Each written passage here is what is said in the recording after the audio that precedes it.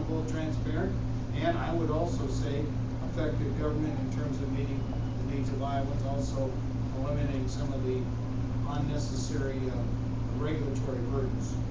We set a very ambitious goal of 200,000 jobs, and we work every day with Debbie Durham, our Director of Economic Development, to attract more business and jobs to our state. We've had significant success. In fact, I'm sure you've heard in the last year we've attracted some pretty big names like Facebook and Google and Microsoft to locate or expand in our state. Mid-America Energy is investing $1.9 billion in wind farms in the state of Iowa.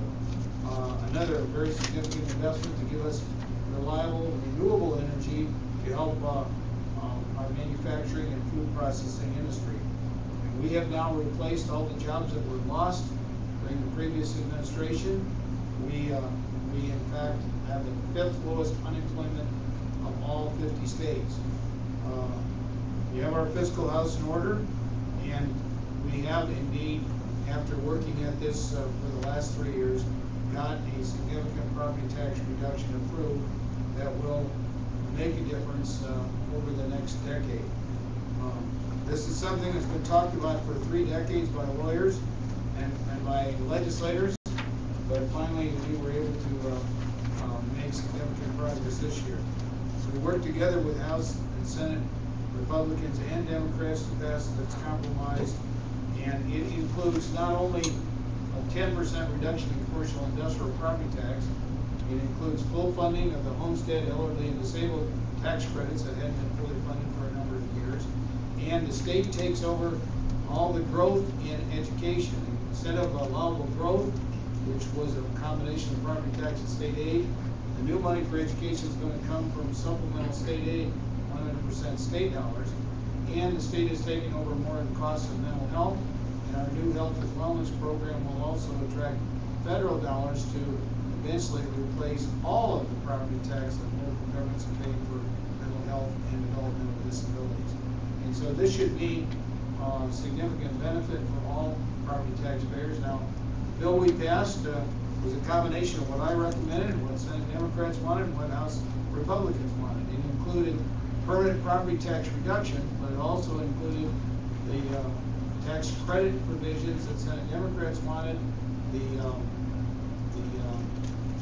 earned income tax credit on the income tax, that was one of their priorities, and also an income tax reduction on the money that, the revenue that exceeded estimates for the previous year that were in the taxpayers' trust fund account that the House Republicans had worked on. So by compromising and working together, we were able to get a significant permanent property tax reduction and some income tax reduction as well. Hopefully in future years we can also make more progress in reducing the state income tax as well. In schooling, we work very hard not only to provide more money, but to reform our whole system to establish a new teacher leadership program that rewards teachers for taking on more responsibilities as teacher leaders, mentors, and coaches. And when I say coaches, I'm not talking about coaching athletics. I'm talking about coaching other teachers to improve their skills to help improve student achievement in our state. We also provided a higher beginning teacher salary to attract higher achievers to teaching and provide for the top 25% that go into teaching, especially in hard to teach subjects like math and science, a stipend to be paid over 5 years at $20,000. So we think this will help us revitalize the teaching profession, make teaching more attractive, and reward teachers for taking on more responsibilities. This legislation not only helped public K-12 education, but we also provided more money for the student tuition organization that helps the kids with financial needs be able to go to Christian and Catholic schools, and it provided more freedom for homeschool families, including being able to teach driver's ed to their own children. And we also, for the first time in 30 years, we're going to see no increase in tuition for resident students going to our 3 state universities. We also provided more for the community colleges and increased the tuition grant for Iowa students with financial need going to our private colleges. So it was a great year for education, both public and private, both pre-K through high school as well as for higher education. In addition to that, at the end of the session, we were able to reach a compromise on our Iowa Health and Wellness Plan. We know we have the goal to be the healthiest state in the nation, and we've made significant progress on that. I'm going to let the Lieutenant Governor tell you more about that, but I want to especially commend Kim Reynolds for her leadership on STEM, science, technology, engineering, and math. She has been co-chairing that STEM initiative for the state, and exciting things are happening. In fact, just yesterday, the two of us were with Kemin Industries in Des Moines, where they've added a bunch of scientists and added about 125 jobs here recently, and they're continuing to grow. And they are just one of many companies in the bioscience field. So with that, I want you to know that I've met my match in terms of energy, enthusiasm, and passion to serve in our Lieutenant Governor Kim Reynolds. Thanks, Governor. And thank you for joining us today. We appreciate the opportunity. It's certainly my honor and privilege to serve as your Lieutenant Governor and to have the opportunity to serve with Governor Branstad. When we took office, we made the commitment to travel to all 99 counties each and every year. So by far, that's the favorite thing that I get to do as Lieutenant Governor, to get outside of Des Moines and really travel the state. But it's an opportunity for us to talk about our policy, our vision, what we're working on, but most importantly, it's an opportunity to hear back from you. So we appreciate you being here, and we look forward to your feedback and input when I get done with my brief remarks also.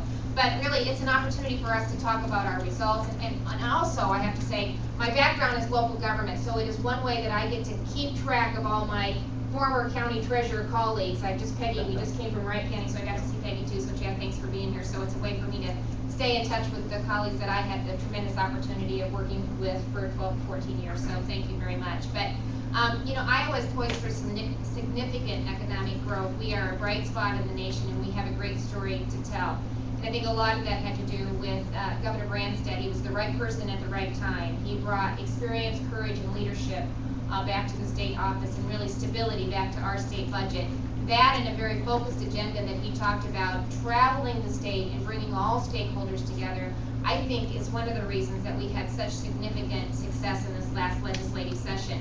As we laid the foundation for existing businesses to expand and grow, and as we bring new business to the state of Iowa, we have to make sure that we have an educated workforce ready to meet the needs of existing businesses and new business that we're bringing to the state of Iowa. So we kind of took a dual track approach.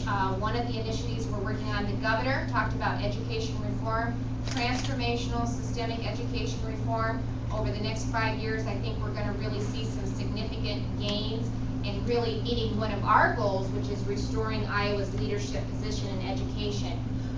But the governor talked about STEM, science, technology, engineering, and math. He put forth an executive advisory committee, STEM advisory committee. I get to co-chair that. We've got great momentum going with that initiative. Actually, STEM jobs are projected to grow 4 times faster than non-STEM jobs.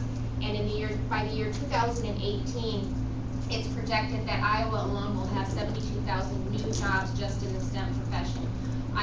We're very fortunate to have the support of the legislature. They have appropriated $4.7 million, and then this last legislative session, $5.2 million. So we've got 6 regions, we've got hub managers, and advisory board. We're working with educators, public-private partnership.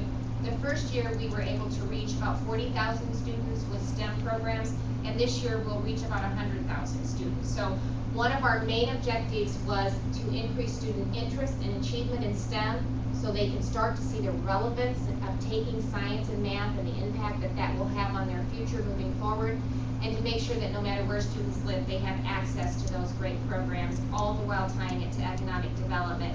So I'm really excited about the momentum and really the opportunities for our young kids to participate in these programs. The other thing we hear about as we travel the state is when we meet with business and industry right now, although Iowa has a relatively low unemployment rate, we still have unfilled jobs. So we have a skills gap. We have job openings, but we have employees or potential unemployed individuals, underemployed individuals that don't have the skill set they need to fill those jobs. So another public-private partnership was formed with Director Whaler and Iowa Workforce Development. It is the Skilled Iowa Initiative, and what that does is through the National Career Readiness Certificate Program, it works with unemployed and underemployed individuals to take a test, start to figure out where their strengths and their weaknesses are at, provides a remediation so we can get them where they need to be. It also partners them with employers that are participating in the program so that they can do an internship with that program. It's industry recognized, so industry knows that when they can come to them with this certificate, they meet a certain level of criteria that they expect. We have about 27,000 Iowans that have already taken the test, as well as about 7,000 businesses that are participating in the public-private partnership. And in addition to working with workforce development and community colleges are kind of access points for the test, it's also going to be available in all of our high schools across the state of Iowa, so we can start working with sophomores and juniors, help them see where their strengths and weaknesses are and where their interests lie, so when they graduate from high school, they're either ready for a career or for post-secondary education. Another public-private partnership, and one of our main objectives was being the healthiest state in the nation. It was a partnership with Wellmark, Hy-Vee, Doug Reichart, and the governor's office. We've gone from 19th to 9th, according to the Gallup Healthways Index, so now the tough part is going to kick in as we try to go from 9th to number 1. But it really works very well with the legislation that was passed this year and the Iowa Health and Wellness Plan. It really helps to enact programs that expanded access to physicians, especially in rural Iowa, through accountable care organizations. Is that right, Governor? Yeah. That was public marketing.